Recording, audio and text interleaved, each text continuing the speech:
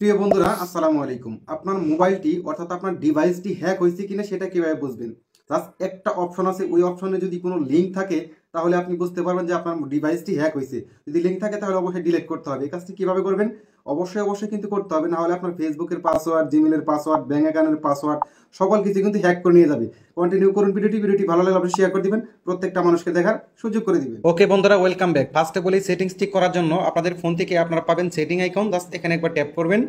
দেন scroll down করে নিচে চলে আসবেন, এখানে আপনারা পাবেন গুগল, জাস্ট এখানে একবার ট্যাপ করবেন। এখান থেকে ডান পাশে পাবেন অল সার্ভিস, এখানে একবার ট্যাপ করবেন। দেন স্ক্রল ডাউন করে আবার নিচে চলে আসবেন। ওকে, তারপর এখানে পাবেন পাস কি লিঙ্কস ডিভাইস, জাস্ট এখানে একবার ট্যাপ করবেন। এখানে ট্যাপ করার পর কিন্তু আমার এখানে দেখাচ্ছে নো লিঙ্ক ডিভাইস ফাউন্ড, অর্থাৎ আমার এখানে কোনো লিঙ্ক নেই। যদি লিঙ্ক থাকতো তাহলে কিন্তু সেই লিঙ্কের মাধ্যমে আমার মোবাইলের সকল তথ্য তার কাছে চলে যেত। ফেসবুকের পাসওয়ার্ড, জিমেলের পাসওয়ার্ড, ব্যাংকের পাসওয়ার্ড, এখানে আরও নগদ, বিকাশ, যে কোনো কিছুর পাসওয়ার্ড কিন্তু তার কাছে চলে যেত। এটাই হচ্ছে মূল সমস্যা।